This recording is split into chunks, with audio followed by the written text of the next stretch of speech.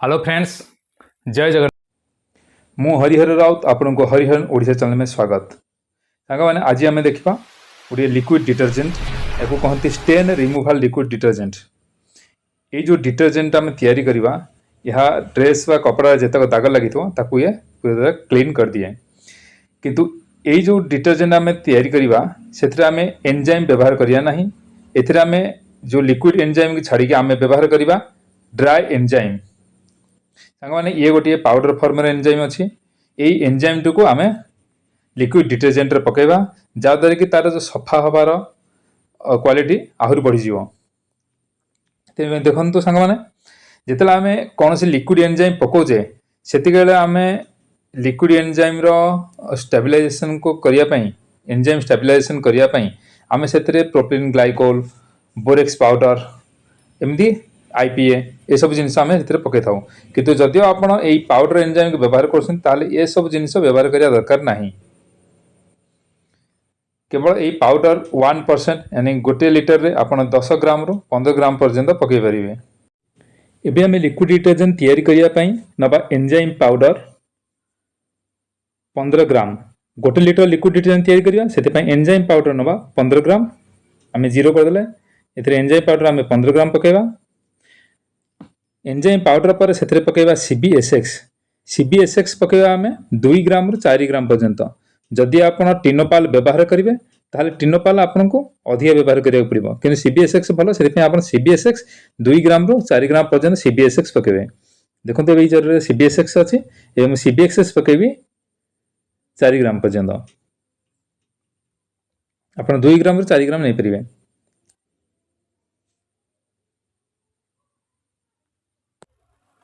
देखो सांग मैंने सीबीएसएक्स पकई सारा पर एथिरे आम पानी पकईकी आपको मिक्स करदे।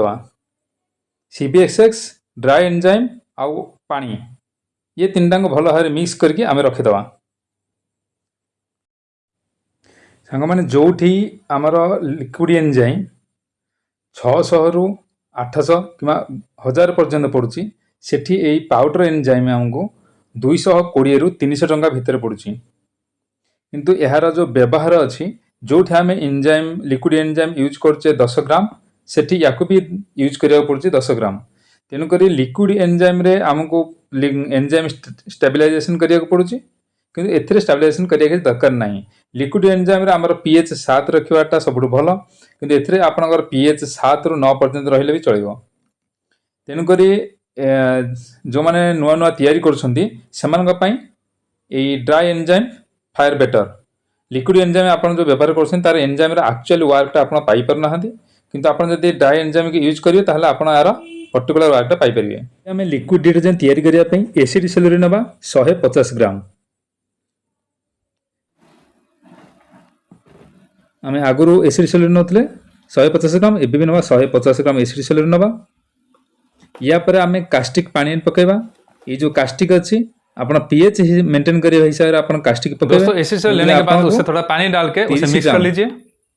यदि आपनकर 150 ग्राम अच्छी ताहले पाखापाखि 30 ग्राम कास्टिक पानी एठारे अच्छी माने 30 ग्राम कास्टिक से पानी मिसेक रखा जाइछि। याको मिक्स करके ठंडा हो जाए कास्टिक पानी ये हलदिया बाउल देखुछंदी एबे कास्टिक पानी के आम पकेकी ताको न्यूट्रल करवा। यार पीएच 7 रु 9 भितर रखिबा। एसिड सेलर आम किसी पानी पकई ताको मिक्स कर दोचे कहीं डायरेक्ट कास्टिक पानी की ढालिया नहीं। किछिटा पानी आग पकईदे या पर आम पकेबा कास्टिक पानी। एबे कास्टिक पानी आमर जो थिला 30 ग्राम कास्टिक आ पानी मिक्स कराइतला से पानीटा को आम ये मिक्स करवा। किंतु ध्यान रखिए मिक्स कला समय तार पीएच देखिए जमी 7 रु 9 भितर रोथिबो। जदि 7 रहा ताहले सबुठ बेस्ट कहीं ए जो ड्राई एंजाइम पका होचे ये मैला छड़े देव। आप मिक्स कर मिक्स करके छाड़देवे ठंडा रखापी। यार आमर गोटे लिटर तैयारी होर अच्छी से आम ए पानी पकई पकई आपको क्वांटिटी बढ़े बढ़े बढ़े बढ़े चलिया उपरको। एबे या भल मिक्स करवा। या पर कौन करवा ना आम आगुरी जो करते एंजाइम पानी और सीबीएसएक्स एंजाइम और सीबीएसएक्स को मिसेक जो पानी रखी से पानी को एबे एसिड सेलरी और कास्टिक पानी भीतर ढालिबा। ढालिकी ये सब गुड़ाक आम धीरे धीरे मिक्स करवा।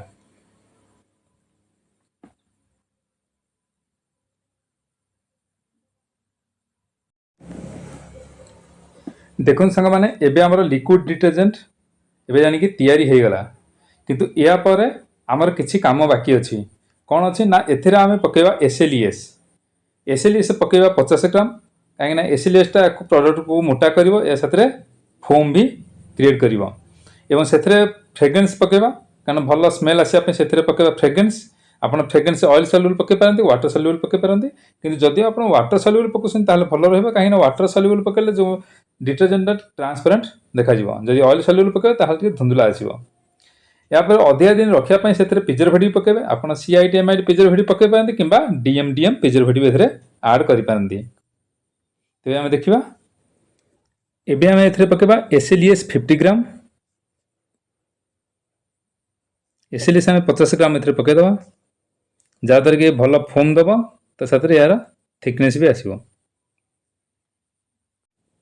एबे आपको भल भाव मिक्स कर दिंतु या पर आम पकेबा भल देखा जाए कलर पकेबा एथरे आम यूज करबा ओशन ब्लू कलर जोटा कि भल देखा जिवो देखो सामने एठी मो ब्लू कलर पके ओशन ब्लू कलर आपण आपन इच्छा अनुसार जेकोसी कलर भी एथरे ऐड करि परिबे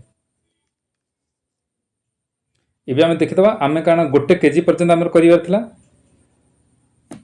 आम मगर वेट आ से जो स्पून वेट को माइनस करदबा से गोटे केजी पर्यंत आम पानी पकई चलवा गोटे केजी पर्यंत पानी पकई सारा पर से आम फ्रेग्रेंस भी ऐड करवा कारण फ्रेग्रेंस ऐड करनी आप फ्रेग्रेंस ऐड करदबा